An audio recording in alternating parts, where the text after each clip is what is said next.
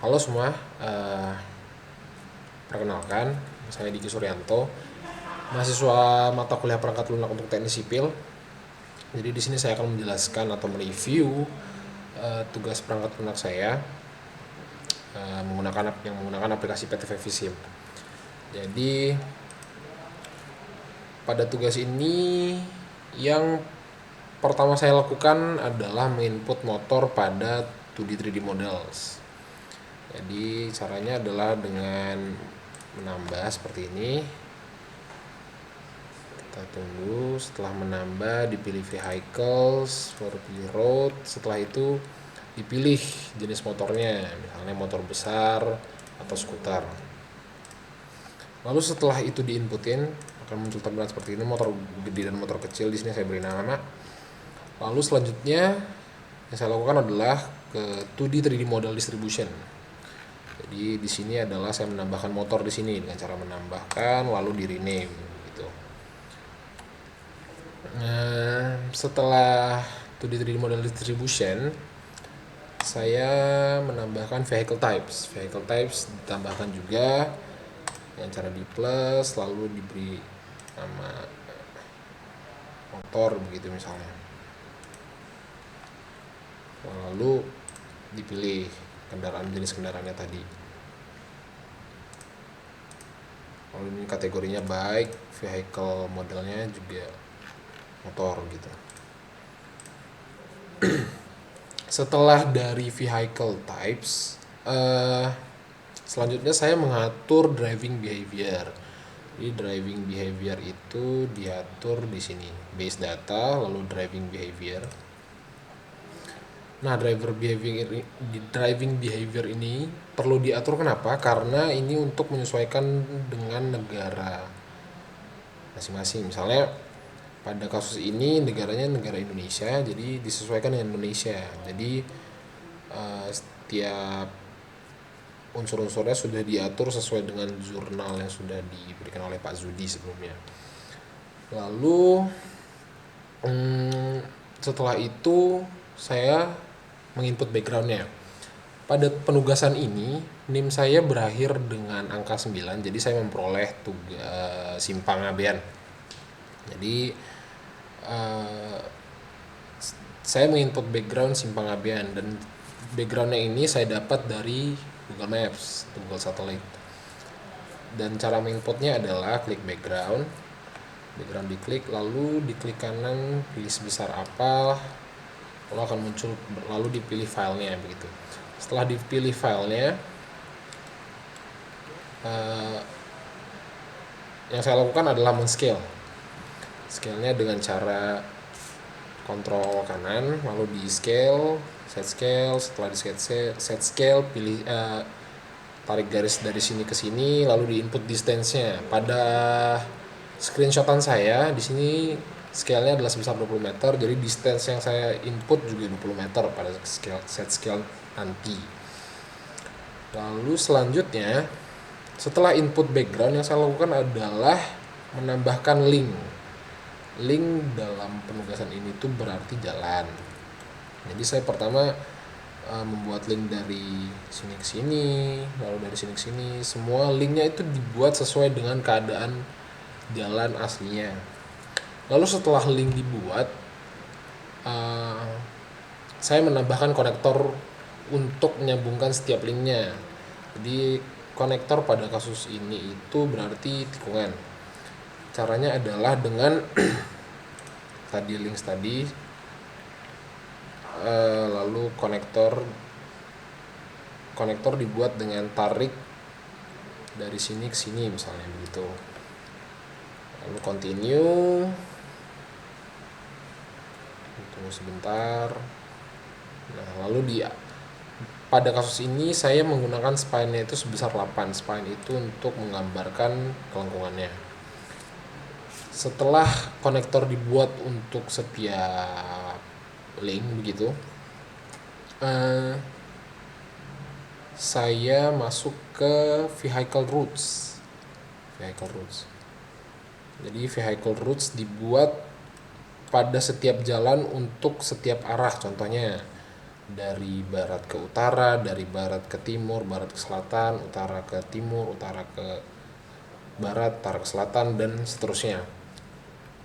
Menambahkannya dengan cara klik kanan pada ujung jalan dan akhirannya.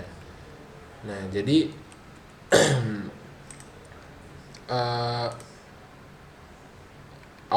awalan pada vehicle rules itu berwarna ungu seperti ini dan akhirannya itu berwarna Tosca seperti ini.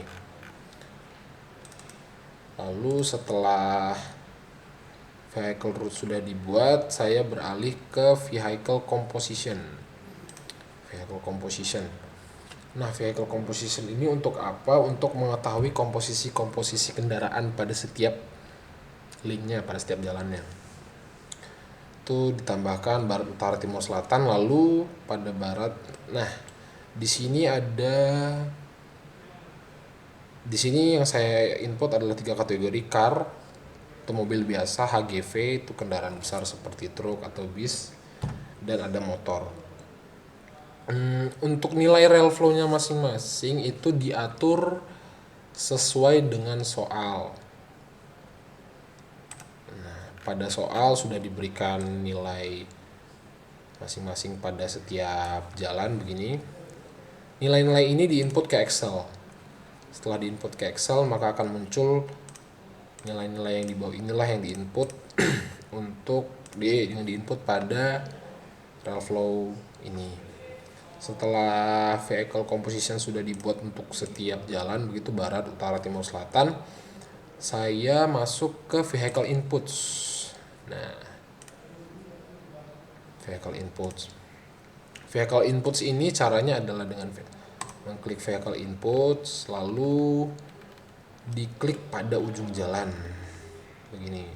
Nah, nanti akan muncul garis hitam. Ini menandakan titik awal kendaraan mulai muncul gitu. Setelah vehicle input,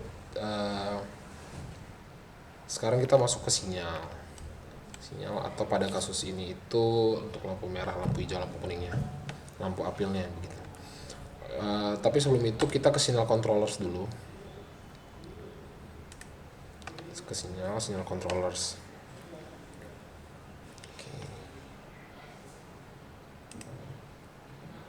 Pada sinyal controllers akan muncul seperti ini. Dan sudah saya atur sesuai dengan ketentuan. Jadi akan muncul seperti ini. Nah, untuk pada kasus ini, pada penugasan kali ini, di sini saya memilih red amber, green amber. Kenapa saya memilih ini? Karena menyesuaikan dengan kondisi apil pada kenyataannya, pada lapangan begitu. Nah, di sini perlu diatur nilai-nilai setiap lampu merah, all red, kuning, atau hijaunya. Nah, nilai-nilai ini didapat dari soal yang telah diberikan. Nah, dapat dari soal yang telah diberikan. Lalu setelah nilai-nilai ini diinput, yang selanjutnya saya mengatur intergreennya 1, 2, 3, 4 itu karena saya memilih clockwise. Lalu setelah itu kita ke sinyal ini, sinyal yang pilihan yang ketiga. Lalu ini digeser agar berurutan mulai dari yang mulai dari yang barat ke utara ke timur lalu selatan. Dan setelah digeser diharapkan ininya ujung dari yang barat bertemu ujung dari utara, ujung dari utara bertemu ujung dari timur, ujung dari timur bertemu ujung selatan. Nah, setelah saya mengatur sinyal controllernya, baru saya menambahkan sinyal headnya. Sinyal head ini saya tambahkan di setiap ujung jalan. Misalnya begini, dari barat saya tambahkan di sini dan di sini, dari utara saya tambahkan di sini, timur saya tambahkan di sini, dan selatan saya tambahkan di sini.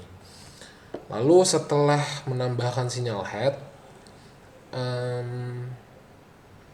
saya menuju Q counter. Q counter ini saya letakkan persis di posisi sinyal headnya pada setiap jalan, gitu. Nah, sinyal head ini melambangkan posisi kendaraan itu akan berhenti nantinya. Lalu sinyal head quick counter itu menggambarkan posisi kendaraan tersebut akan berhenti nantinya. Lalu setelah saya tambahkan Q counter, sebelum di run yang saya lakukan simulation parameters, dan ini itu diatur 600. Saya atur 600, lalu simulation speednya dipilih 10 sim/second per second. Lalu tekan OK. Sebelum di run juga saya evaluation, terus lalu configuration. Di sini saya menceklis data collections, nodes, Q counters. Dan di sini interval pada Q counter saya setting, saya atur begitu berdasarkan time cycle-nya. Lalu setelah itu semua sudah dilakukan, saya run begini.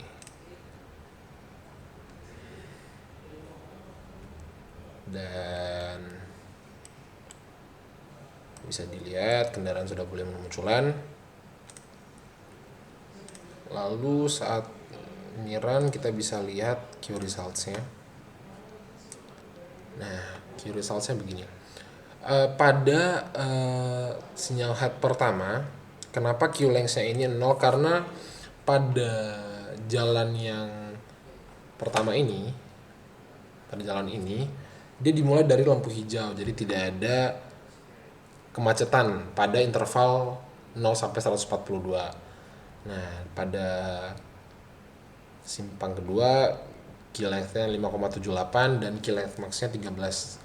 Di key length max ini menggambarkan panjangnya kemacetan sebelum dia menuju kuning, atau panjang kemacetan terakhir begitu sebelum lampu ini kuning. Jadi mungkin demikian yang bisa saya sampaikan pada penugasan ini. Mohon maaf bila ada yang kurang atau bila ada yang salah. Sekian saya ucapkan terima kasih.